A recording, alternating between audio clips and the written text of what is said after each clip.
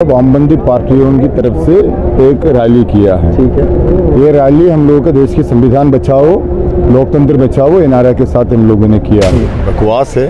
India की संविधान की शुरुआत में लिखा है इंडिया एज भारत, ये दोनों एक ही हैं, इसमें कोई ये नहीं है। इन लोगों के पास दूसरा कोई मुद्दा नहीं है और जनता को गुमराह करने के लिए इसलिए हैं हम लोग इकट्ठा हुए हैं। हमारा कुछ मांग है, नौजवानों की रोज़गार की मांग है, जो महंगाई हो रही है उसको रोकना है वही हमारा मांग है, और जो निजीकरण हो रही है देश की संपत्ति उसके खिलाफ। तो हम सभी वामपंथी पार्टी यहाँ पर जो थे चार पार्टियाँ, ये चार पार्टियाँ आपका इंडिया गठबंधन का भी घटक दल है। तो ऑलरेडी हम लोगों ने बेंगलुरु में बॉम्बे में सब मीटिंग कर चुकी है। तो बीजेपी के खिलाफ जो वोट है उसका बंटवारा ना हो, उसको मैक्सिमम एक साथ एक जगह पर लाने के लिए एक मंच तैयार किया हुआ है।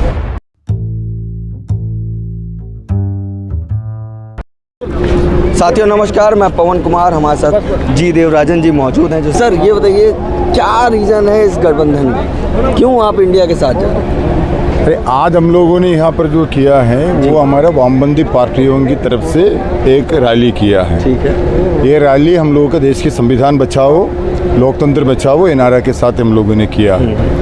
ये जो पूरा उत्तर प्रदेश की जो वामपंथी पार्टियां हैं, खास करके forward block, CPM, CPI, CPI-ML, सभी लोग मिलकर के बहुत दिन की एक प्रयास था।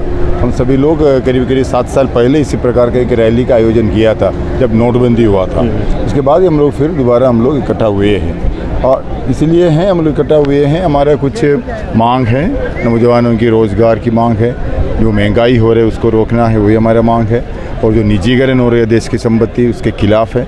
तो ये सभी लेकर के हम लोगों ने जो हर जगह पर आंदोलन करते आ रहे हैं उसका एक नया दिशा देने के लिए आज की रैली हम लोगों ने आयोजन किया। नहीं, इसके तो साथ लगातार यहाँ पे सुनने में आ रहा है कि इंडिया से गठबंधन करने की बात बन रही है, क्या ये बात सच? जी। इसके साथ साथ हम लोगों ने ये भी कहा, जब हमने इसी प्रकार की एक रैली कर रहे हैं तो 6 महीने के अंदर हमारे देश में तो पार्लियामेंट के चुनाव भी आ रहे हैं। तो 2024 के चुनाव में भी एक रिस्पॉन्सिबल पॉलिटिकल पार्टीज के हिसाब से सभी पार्टी का भी जिम्मेदारी भी होता है चुनाव में क्या करना है। तो हम सभी वामपंथी पार्टी यहाँ पर जो थे चार पार्टियाँ, ये चार पार्टियाँ आपका इंडिया गठबंधन का भी घटक दल है। तो ऑलरेडी हम लोगों ने बेंगलुरु में बॉम्बे में सब मीटिंग कर चुकी है। तो बीजेपी के खिलाफ जो वोट है उसका बंटवारा ना हो, उसको मैक्सिमम एक साथ एक जगह पर लाने के लिए एक मंच तैयार किया हुआ है। ये फासीवादी ताकत के खिलाफ बीजेपी विरुद्ध में जो वोट है उसको एकत्रित करने के लिए जो इंडिया मंच हम लोगों ने तैयार किया है, उसको मजबूत करने के लिए भी आज वामपंथी पार्टियों के इस रैली से आह्वान हुआ है। अच्छा सर, इसमें ये बताइए जैसे कि इंडिया भारत की जो बहस चली, इसको किस रूप से आप देखते हैं? ये बकवास है।